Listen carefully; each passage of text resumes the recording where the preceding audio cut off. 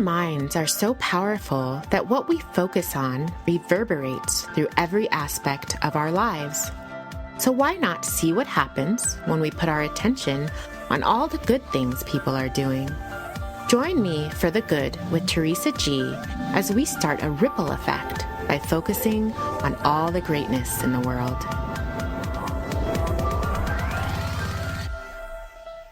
Dr. Cristiane Northrup is a visionary pioneer and a leading authority in the field of women's health and wellness, which includes the unity of mind, body, emotions, and spirit. Internationally known for her empowering approach to women's health and wellness, Dr. Northrup teaches women how to thrive at every stage of life.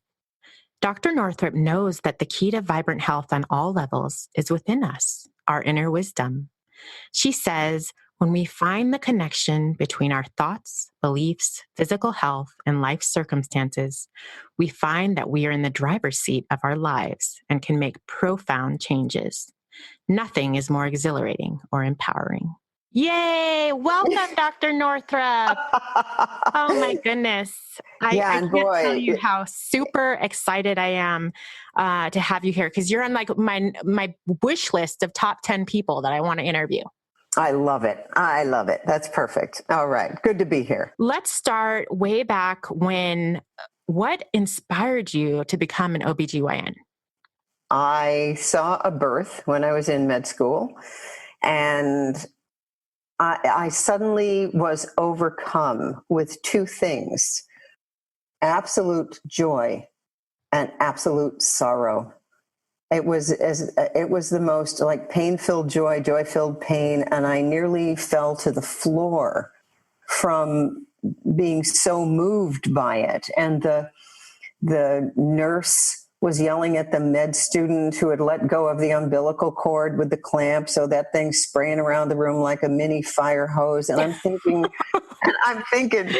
what is wrong with you? To the nurse, what is wrong with you? This is like the most beautiful thing I've ever witnessed. It's holy, it's sacred, and you're here yelling at a med student. And I remember thinking, there is no place in this room for anyone who doesn't understand how sacred this is. Now, at the time, and this is new, this isn't in any of my books at all. At the time, what I didn't know was that when I was about 5, my mother lost a baby who I had named, and the pregnancy was fraught with viral pneumonia. They gave my mother streptomycin, an antibiotic. She was on every single day for that pregnancy because it was in the era of antibiotics as the magic bullet for everything, right? Mm-hmm, mm-hmm. And we went to Florida to try to cure her pneumonia and all of that. The baby was born. I was 5. She wouldn't eat. Her name was Bonnie Laurie. She looked a lot like me in the one picture that we have. And she died at the age of 6 months in a pool of her own vomit in the neonatal nursery. They didn't have neonatal intensive care units then. And my mother couldn't hold her. She could only look through a little window because hospitals then, as now, were fortresses against germs. And as a little intuitive child, I abandoned myself to try to heal my mother. And that's the story of my women's health career. It always was and always has been at its heart. Now, not the big soul picture, but the individual life path we pick in order to play out our soul's purpose. So I was really just spending my life trying to heal my little 5-year-old self and my mother. That's the honest to God truth. That's quite a weight to carry at 5. It's way too big. It's way too big. But, I'd been carrying it for lifetimes. And this is the lifetime when I finally have dropped the burden. And, I finally realized all of that. But it certainly led to a career that's helped a lot of people. And I think that that's what we're all doing in some way. We're all just trying to heal ourselves and to bring some light into the part of darkness, the part of the individual and collective darkness that we came to enlighten. So that's how it all started. And I know that my response to that birth, that, wanting to fall to the floor weeping, was really that unhealed part of myself. And then through my career, I eventually healed it. I had that same feeling when I was at Ann Wilson Schaaf Living in Process seminar in the early 90s. And she took us through a deep process. We were doing an intervention on one of my partners who was an alcoholic. And, the 3 parts of an intervention are: 1, you tell the person how much you love them; 2, you tell them what their addiction is doing to you; and then 3, you tell them what the consequences are if they continue the behavior. Well, I only got through the first part, which was to tell this individual how moved I was that she met me in the parking lot of the medical center when I was in labor with my second daughter and parked my car.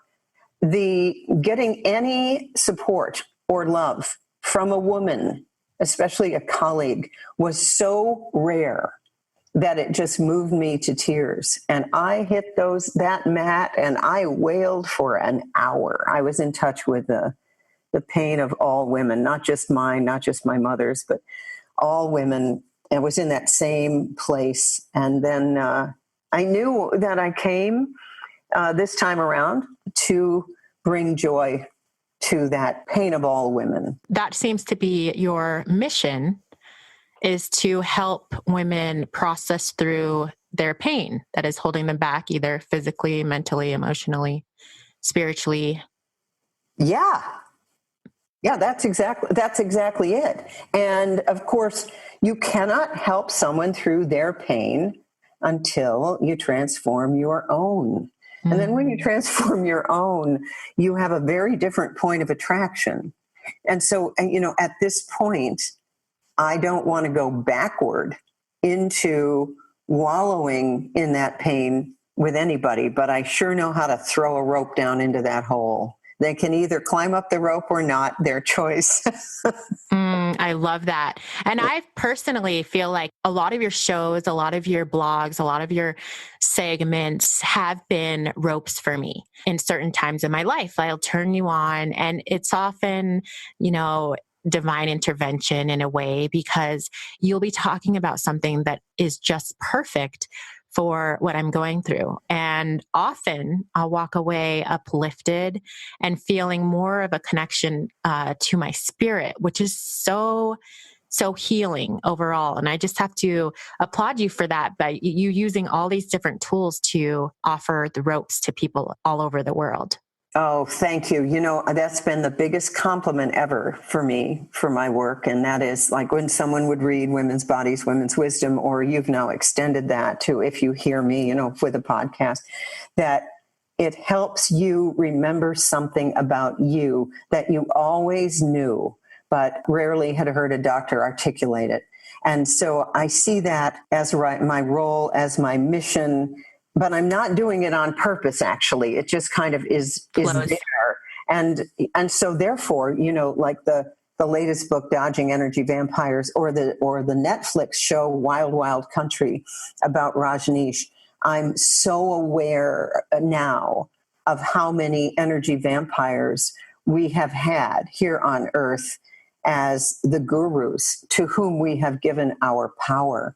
And they're not sourced through God, through their higher power. They're sourced through the energy of those of us who have given them our power. And I'm so grateful to finally know that, to finally see that, to finally stop giving my power to someone else who's a human, as my colleague said years ago when she started to get a handle on her alcoholism. She said, I seem to make everything the higher power except what actually is.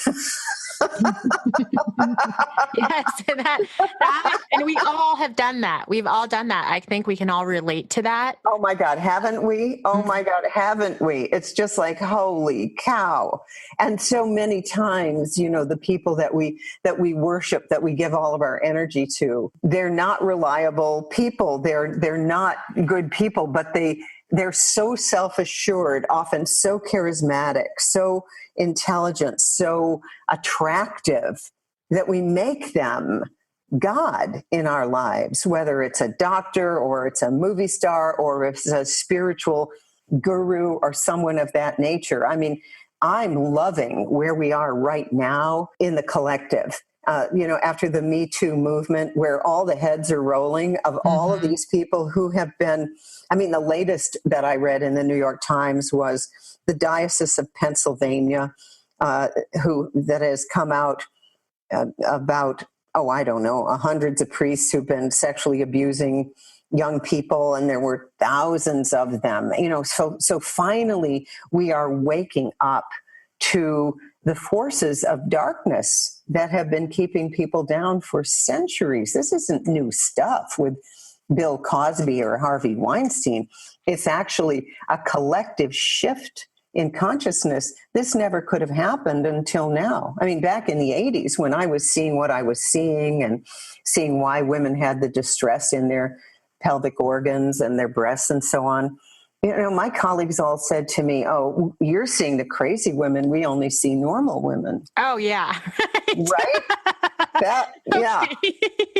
And so when the Harvey thing hit in October, I was turning backflips. Now, I don't even read mainstream news, but man, those investigative reports and what those two women did, and also Mia Farrow's son, to do the investigative reporting to finally get the goods on these people. But, even then, the New York Times would not have touched that 2 years ago. They wouldn't have touched it because that's been, these people are so good at manipulating and pulling the wool over your eyes. But now there's this sort of collective rise in self-trust and in saying your truth. And for the first time since I've been alive on the planet this time, people are actually believing women and children and the soft, tender heart of men who've also been abused. It's a really interesting time that we're living in, because it does seem that things are coming out in the open versus we've had so many, lifetimes and lifetimes of keeping things under wraps and in the dark closet.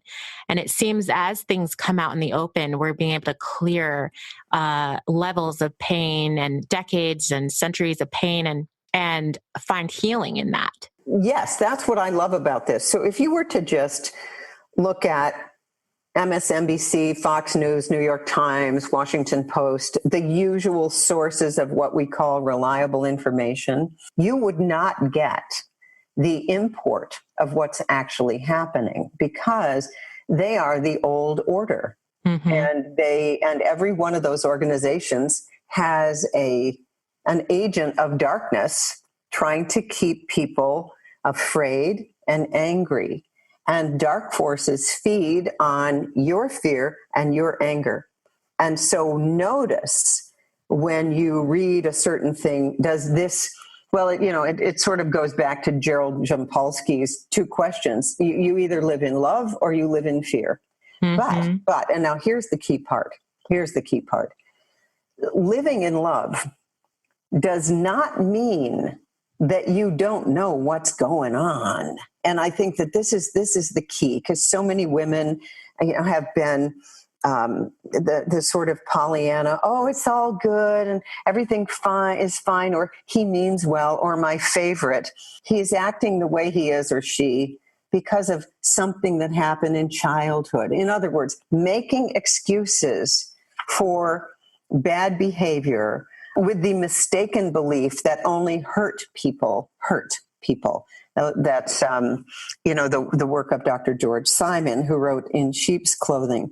And I think this was like the sort of final upstream revelation. People said to me, well, your latest book is certainly a departure. And I thought, oh, no, it is not a departure.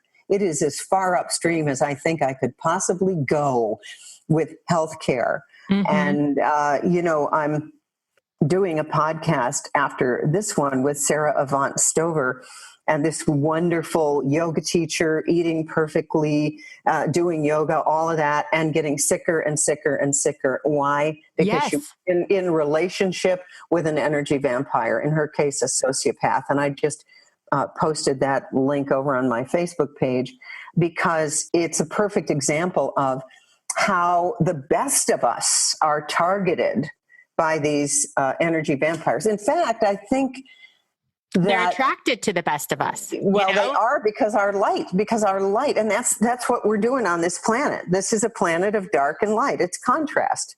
So the brighter your light, the darker the darkness that's going to be attracted to you. So at this point, that darkness doesn't scare me anymore. Like the people like Rajneesh, or the people, we could name a lot of them, but it doesn't scare me. I know that they're pulling the strings behind pay no attention to the man behind the screen, the Wizard of Oz.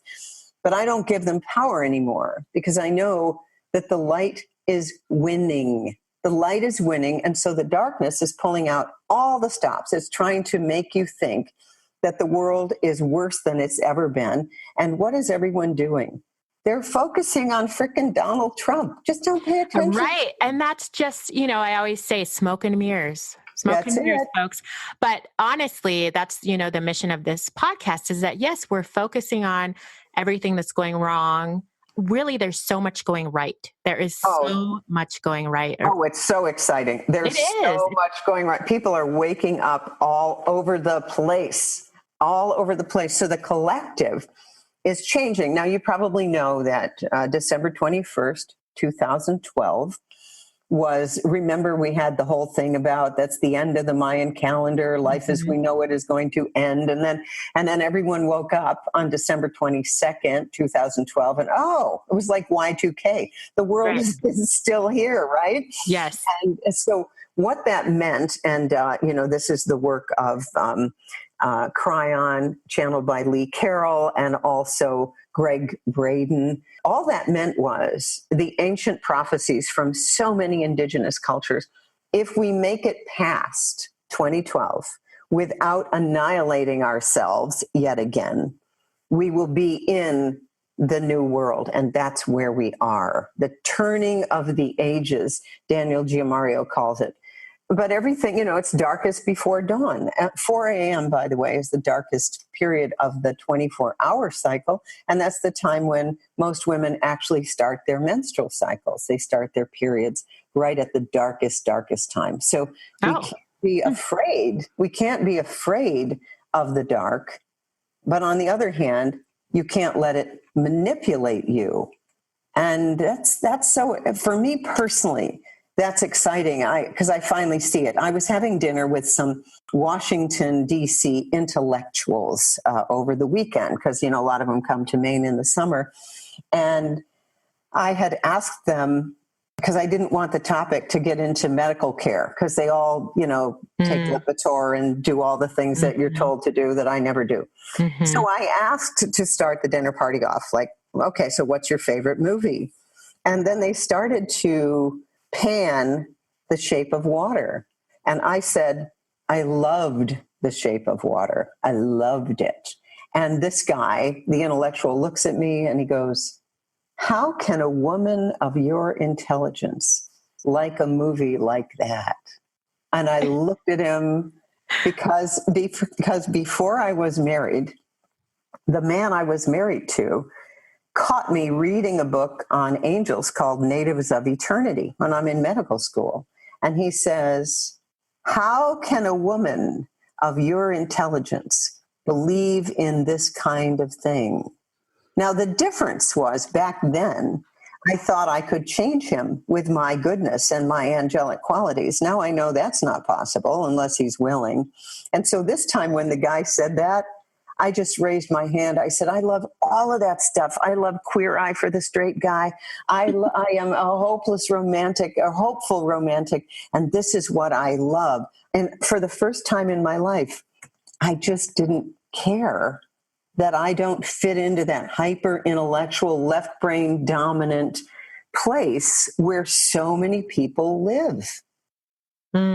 That's inspiring, because I do notice when I'm out at parties and stuff, and if I cross a certain line, you can Yep. just see people switch. Like, Yep. that it's like, oh, really? All right. Well, don't know what to say to that. But No, they don't. They don't know what to say to that. And so now, with great delight, I see if I can get into a dance with them. Or if you can't, then I just move on to the next thing. Because I can't go down to their level anymore and try to use, well, in my case, it would be scientific studies, op-ed pieces from the New York Times, all this sort of sophisticated mumbo jumbo, East Coast intelligentsia stuff. It doesn't change anything. It doesn't change anything.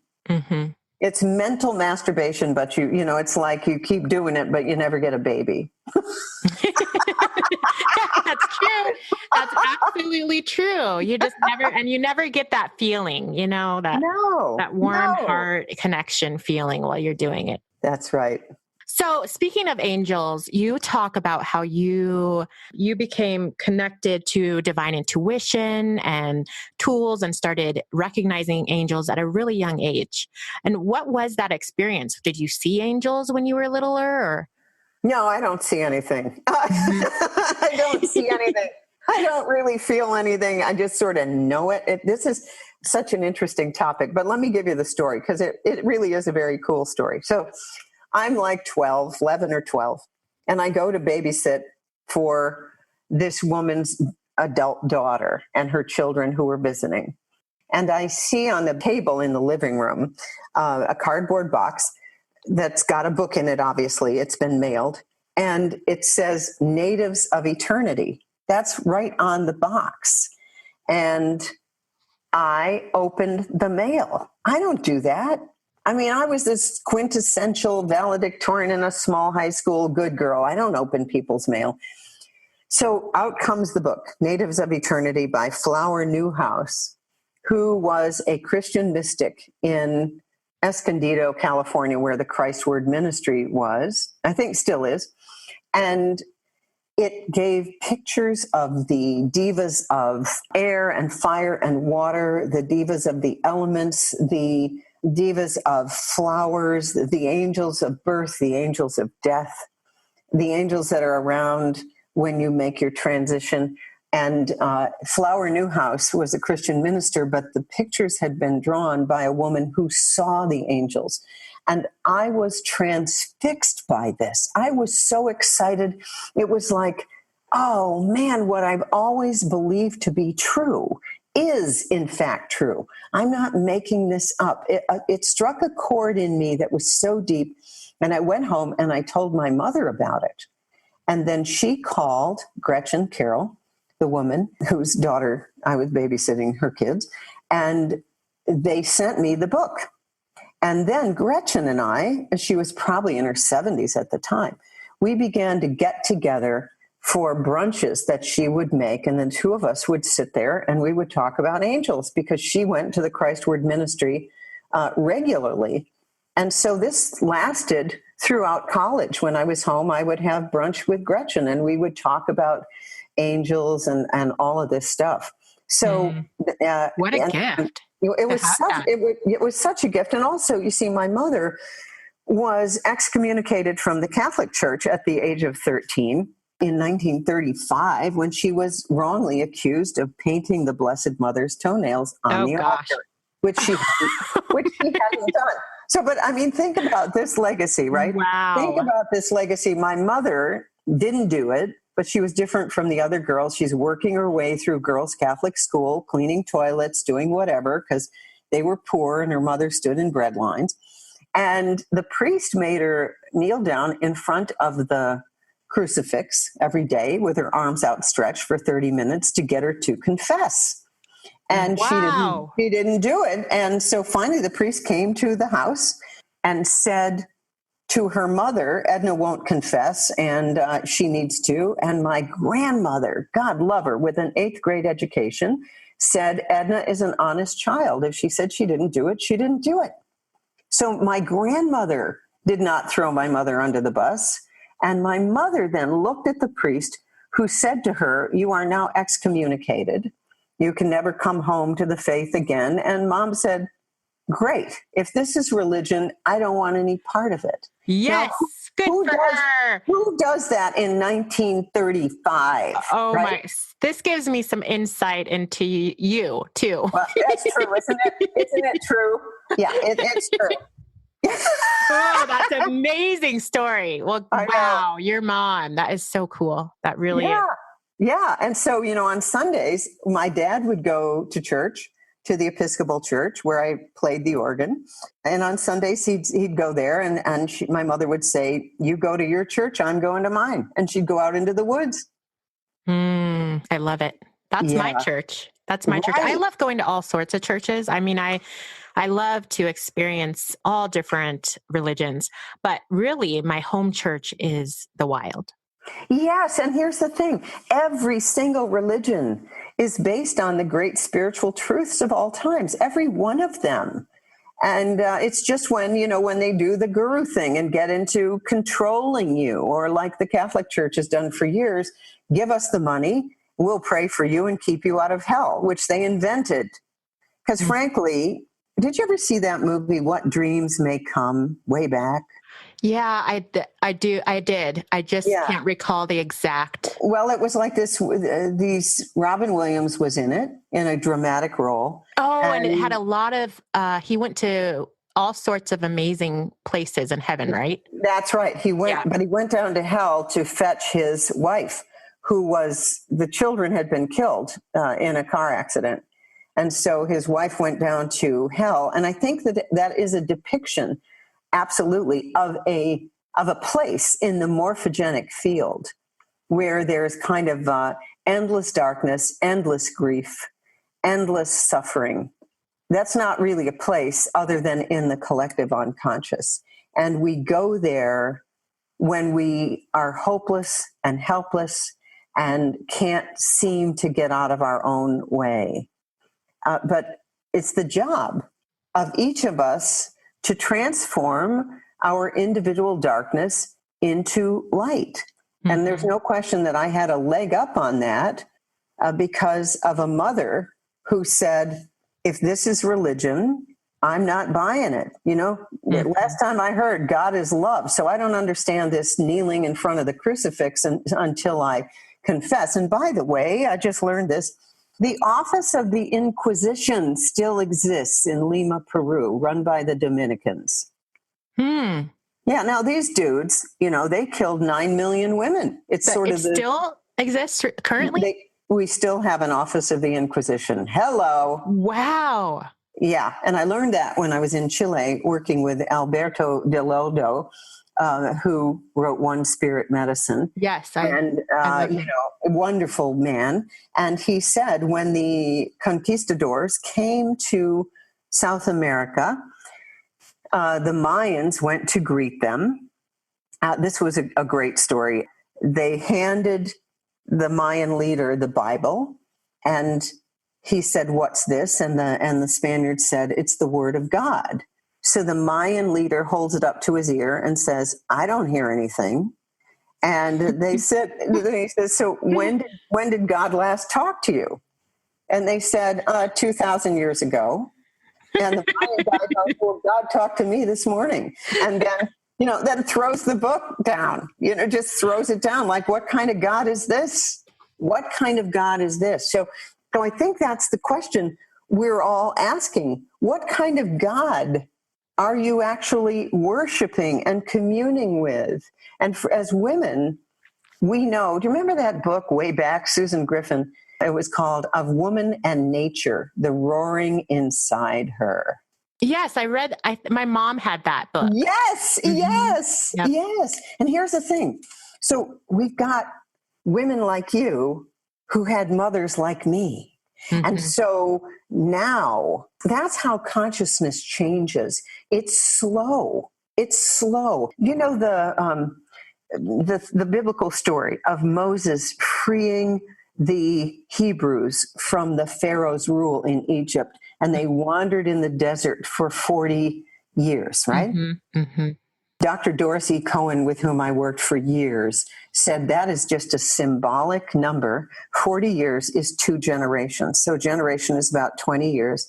And she said, really, from Egypt to the Sinai was not a trip that would have taken you 40 years, possibly 30 days.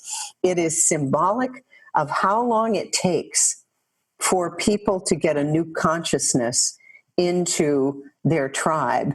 And in this case, the same thing with when the Berlin Wall fell and the East Germans came over to West Germany. It takes 2 generations for the slave mentality to get out of the consciousness of the families. It takes about 2 generations. That's actually shorter than what I would think.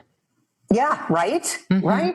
Yeah. Mm-hmm. Yeah. So that's what we're seeing now, is that, your mother had a certain take. She had the book. So we had and these weren't even early feminists. I mean, the early feminists were the suffragettes who said, wait a minute, the freed Black slaves after the Civil War had more rights than women.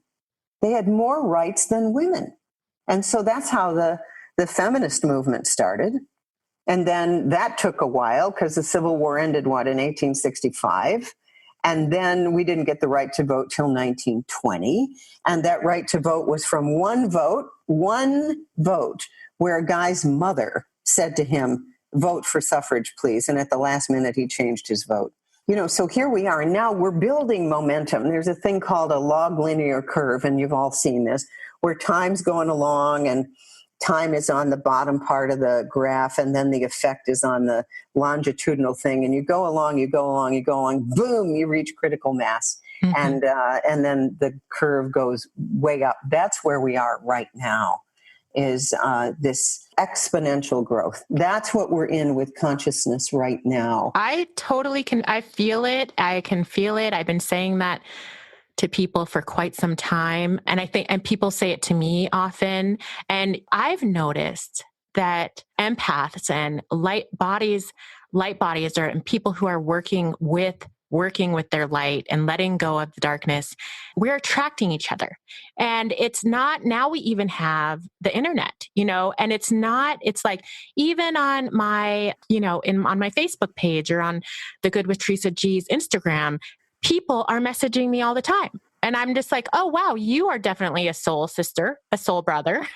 Yeah. Because that's really cool. No, that's what's happening. It's like you finally identify with the tribe and you finally start speaking up about the things you've always believed.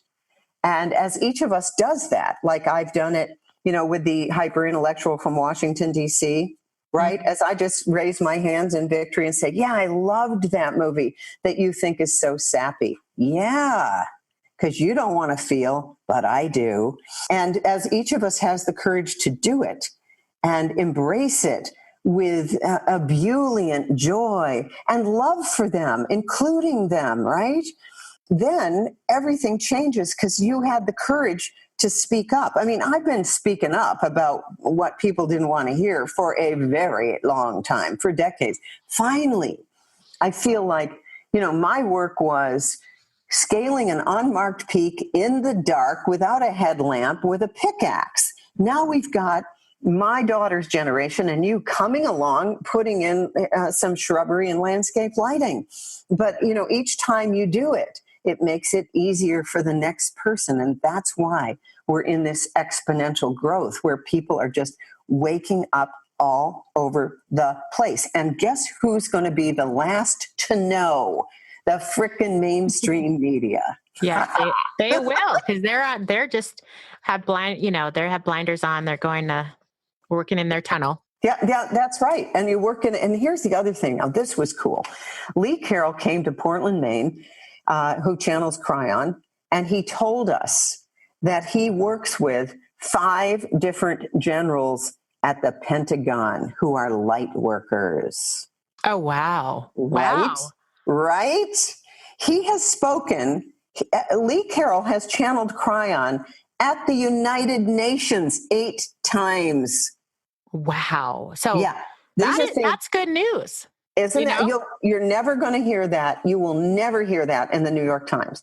Like, they did an article about Louise Hay way, way, way, way back, right? But they don't touch the kind of thing we're talking about. They don't touch it. It's too light. You know what it reminds me of? My friend Evie McDonald years ago was diagnosed with ALS, Lou Gehrig's disease. Mm-hmm. Her story was very well documented this way back in the 80s. And she just wanted to experience unconditional love for one part of her body just once. She knew she was dying. ALS is no known cause, no known cure, and you're generally dead in 2 to 4 years. So she describes herself as a bowl of Jell-O in a wheelchair, and she goes over to the mirror every day, and she started with her eyebrows. And every day she'd just start to love one part of her and then another part and another part. And her symptoms started to go away. And eventually her ALS went away. And so, of course, she went I have never heard that story. Oh, well, you see, this is why I've got tribal knowledge. Oh, my goodness. Yeah, I've been around for a while. So anyhow, she and her colleagues at the New Roadmap Foundation then fund by themselves, to not have any bias, they fund a 4-university hospital study on ALS. And they choose that because there's no known cause and no known cure. And they want to find out, are there psychological factors, in other words, mind, body, spirit factors, that can influence the course of the disease? And they found out that indeed, if you were not depressed and if you thought your life had meaning, then those people were twice as likely to still be alive at the end of the study. Now, before the study started, they discussed this study, and they had it torn apart statistically before they began, because you and I both know that when you do a study that flies in the face of what we think is true, then what happens in science is they always say, well, the study design was flawed. Mm-hmm. So what they did was made sure that the study design was perfect before they even started. And they were told by the head of the Journal of the American Medical Association that theirs would be the lead article in that issue of JAMA. And then the study was published, and it flew in the face of everything doctors are told is true. And the head of the editorial board said, we can't publish this because it flies in the face of what we know to be true. And so the article was the lead article in the January 1994 edition of Archives of Neurology. And the New York Times and the Wall Street Journal, they do not review new studies in the Archives of Neurology. They review the New England Journal of Medicine, they review JAMA. So the article never really saw the light of day. And then from that point on, Evie went on to talk at medical meetings. And as a result of her research, neurologists from all over the world were then starting to see things that they hadn't seen before because they didn't have the eyes to see. Andy Weil used to talk about going out to look for morels, a type of mushroom. And yes, we hunt them every spring. Them. Yes, okay. Every year. If you don't know what they look like, you can't see them. So you have to go with someone who knows what they look like, and then you're in the morphogenic field of a morel and you see them everywhere. But until you're with someone who sees them, they are invisible to you. And that is what is invisible to most people, is the so-called spontaneous remission, the mind-body-spirit connection that can make a disease just go away. Mm-hmm. That's where our magic comes in. Our magic comes in, and there's study after study. I remember reading the Journal of Reproductive Medicine, where they gave an incredible account of a woman's near-death experience on the operating table. It was in the journal, but it gets disappeared because it doesn't follow the narrative. So what happens is, when you're at a cocktail party, or I'm at a cocktail party, and we start talking about the things that nobody can seem to see, then for centuries have been told, you're crazy. This doesn't exist, but not anymore. Now it's becoming so more common because research and data is supporting these things that we've known. And it sounds like a lot of the research was there years and years ago, but once again, it was not allowed to come to the surface. Yeah, it wasn't time. It wasn't time. And it's like what Lee Carroll says about technology, that we have technology, and Stephen Greer has talked about this with the Disclosure Project. Stephen Greer said that the government has known about UFOs and all of that forever, but they have been hiding it in plain sight by making everyone who talks about UFOs and aliens seem like a crazy person with a tinfoil hat, so you don't talk about it. But he said the whole reason that we did that, and the government has done the disclosure, is that we have the technology for free energy on the entire planet. But the military-industrial complex does not want you to know that, because oil and gas, you got to keep people enslaved to this kind of power to keep the war machine going, because that's a lot of money for darkness. And he said also, though, it hasn't been time to release this because consciousness had to get to the point where we wouldn't weaponize it. Yeah, so isn't that interesting? So you begin to realize that even though, look at Nikola Tesla, he had the technology for free energy long ago, but we weren't ready for it yet because we would have weaponized it. So That's true. Yeah. So now we're in a different time. But what I love about Stephen Greer's work is he's talking about the forces of darkness that are now making people afraid of aliens, so that to keep it going, they can unite the planet by having a war of the worlds where the aliens come down and attack. But that isn't how it is at all. And so Stephen Greer has the most wonderful Disclosure Project stuff where he just goes out with people and they call in the UFOs and the ETs, the good ones. They call them in and then they interact with them. So we have to mainly, whether it's medicine, whether it's space, whether it's whatever, we need to raise our vibration and go into the higher vibes of light and goodness. So one of the things I notice with women and everybody actually is that they can stay in the higher vibes of light at a yoga class or listening to the two of us talk or whatever. But when they go in for their annual physical or a mammogram, then they're instantly in the darkness because they somehow think that the body isn't part of this. Well, my doctor told me this is the biggest, and I love that we have a platform to talk about this. This is the biggest hypnotic trance that anyone is in that I've ever seen. That somehow what a blood test tells you or an x-ray tells you or an MRI or whatever can override your own sense of how you are. Andrew Weil said it is the most awful part of medicine, that they can undermine your sense of how you are.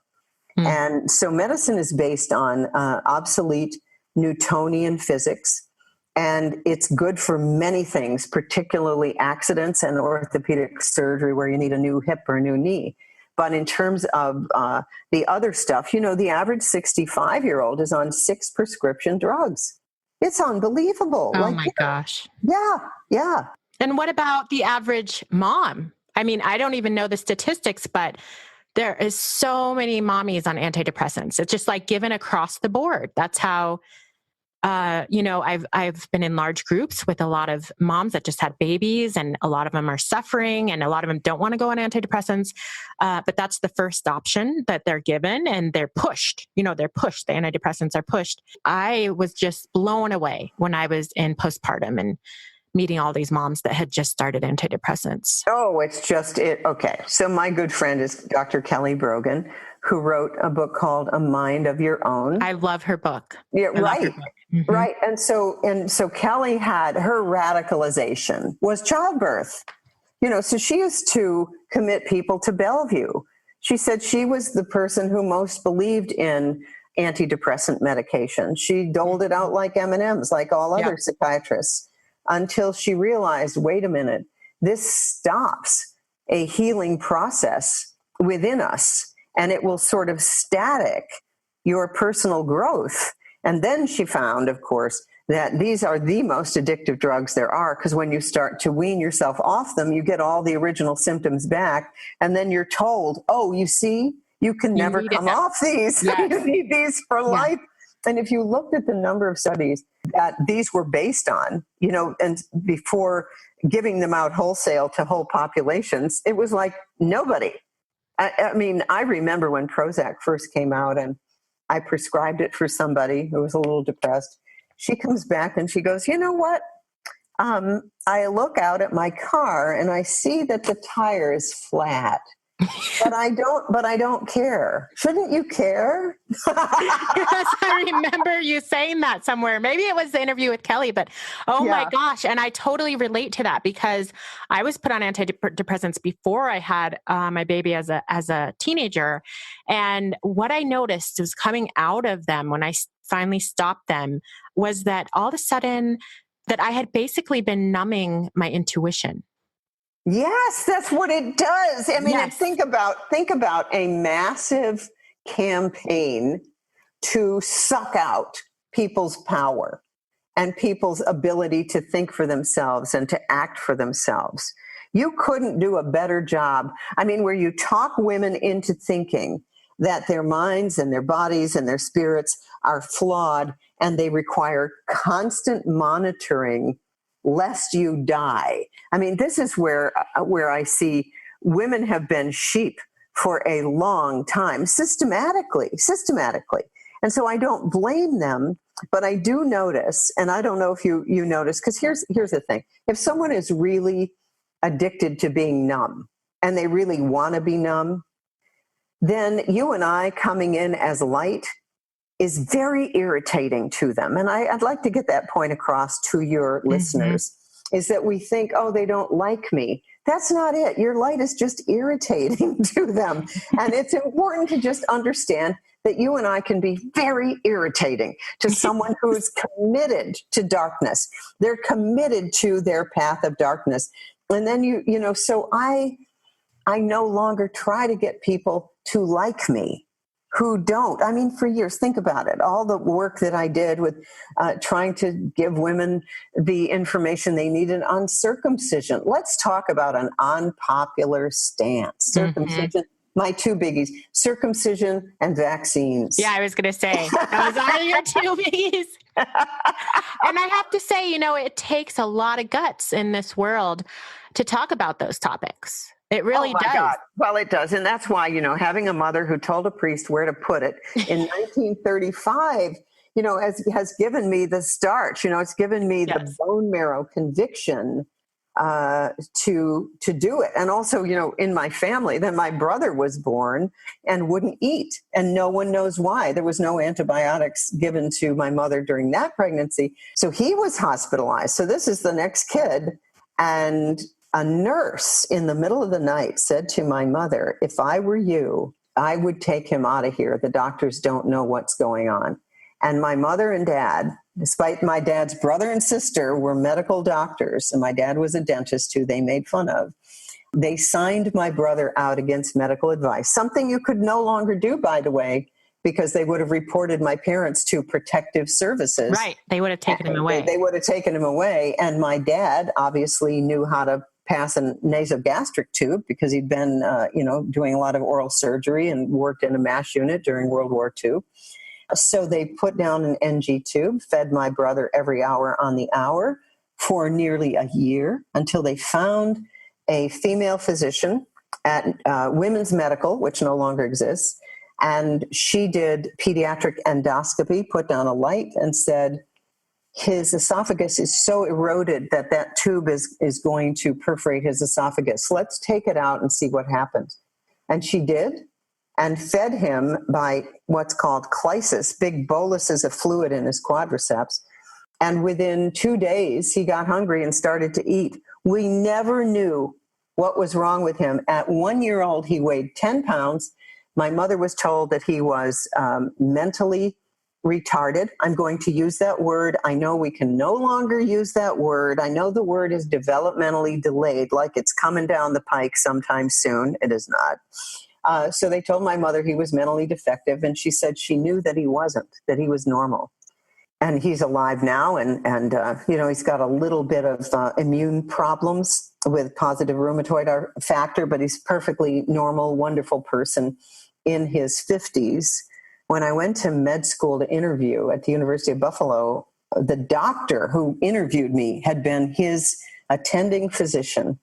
And he thought that, wasn't it? Don't you love the way God works? Yes. I mean, of all the people. And he said, "Oh, you're a Northrup from Ellicottville, New York." I said, "Yes, I am." I could tell he wanted to ask about my brother. And I said to him, "Oh, he is fine." And, the subtitle of that one was, "No thanks to you." Yeah, right? No thanks. So before I even went to med school, I knew about the limitations of the profession. And I knew my brother wouldn't be alive if my parents had just believed the doctors. Then I'm interviewing for med school. I'm at Yale. I've driven there. And my dad ends up in the intensive care unit at Buffalo. He calls my mother 3 days later. He had chest pain. He says, "Edna, come and get me. They don't know what's going on." And his IV had infiltrated, so he had a fever from that. And she takes him out of the hospital. The nurses are furious. He walks out with his chest lead still stuck to him. And when I come home from Yale Med School, he's sitting up in a chair, fluid 2/3 of the way up in his lung fields, and he got better at home. And he was right. They didn't know what was going on with him. He had pericarditis, infectious pericarditis. They misdiagnosed him as a heart attack. So those were my two big seminal experiences about the failure of modern medicine. So I actually have more faith in the human body's ability to get well many times than I do in the medical profession, because I know the limitations. Then I went, and became fully weaponized in my ability to know these things by becoming board certified in a specialty. And yes, it's wonderful when it's wonderful, but don't give all your faith to them. That's all. That's all. Yeah. And be awake and listen to your intuition, listen to what your spirit is telling you. Because often it will whisper and whisper and whisper to you. And, it's always the really tough moment when it has to slam you against the wall. And you're like, God. I've got it this time. isn't that, oh man, that is so the truth. I have a fun dialogue going with one of my friends who was a doc at the Kaiser Permanente group in Denver, Colorado for years. And she's just, she totally gets it about medicine. And she said, "I just couldn't be in the system anymore. I couldn't do it because I would see what was going on with the body and what was going on with the mind. And what needs to happen is people need to understand their relationship with their bodies is the longest, most intimate relationship they'll ever have. And so they really need to exchange phone numbers." And like what she says is, you have to, when you're getting a symptom or a tumor or whatever, it is a sign that your voicemail box is full and you need to listen to it. That's so true, though. That's so true. Isn't it? Someday I'll have to tell my listeners my story about rewiring my brain for complete health and totally healing myself from some really hard illnesses and constant physical pain. And that's for another day. But I want to just say that it's amazing to talk to you, Dr. Northrup, and have this conversation about how important it is for you to listen to your spirit, listen to your intuition with medicine, with your body, with everything. And one thing that I always ask everyone, so I have to ask you, is what's something you do every day that helps you to be the very best you? What is something I do every day? These days, it's optimal hydration. I've learned a lot about optimal hydration through a wonderful book called Quench by Gina Bria. And I found that water has a solid, liquid, and gas state, but it also has a fourth state, which is a gel state, which is what you find in cucumbers and romaine lettuce and watermelon. And so I've learned that we can stay optimally hydrated by adding things to water, like electrolytes, like Himalayan sea salt, a pinch of that in my water. And so every day I begin my day with about 14 ounces of warmish water with a little Himalayan sea salt put in there, because I realized that this thing about drink 8 glasses of water a day is just like peeing in a rock on a rock. All you do is pee all day. If you're really hydrated and your fascia, which is a secondary nervous system, is hydrated, then the whole body functions more optimally. So that's what I do currently. That's one of the things. Well, that's what I will be doing tomorrow morning. Anyone else going to join me? We're at 14 ounces of warm water with a pinch of Himalayan sea salt. Yes, or Celtic sea salt also works. Yes. Okay, perfect. Okay, and I just want to once again thank you so much from the bottom of my heart for creating the ripples of awakening and health for so many of us on this planet. It is my pleasure. Thank you. I'm Teresa Gabrielle, and you've been listening to The Good with Teresa G. You can follow The Good with Teresa G on Instagram, Facebook, and Twitter. If you haven't yet, go to the Apple Podcast and subscribe, rate, and review this podcast. Join me next week for another inspiring conversation. Thank you for listening.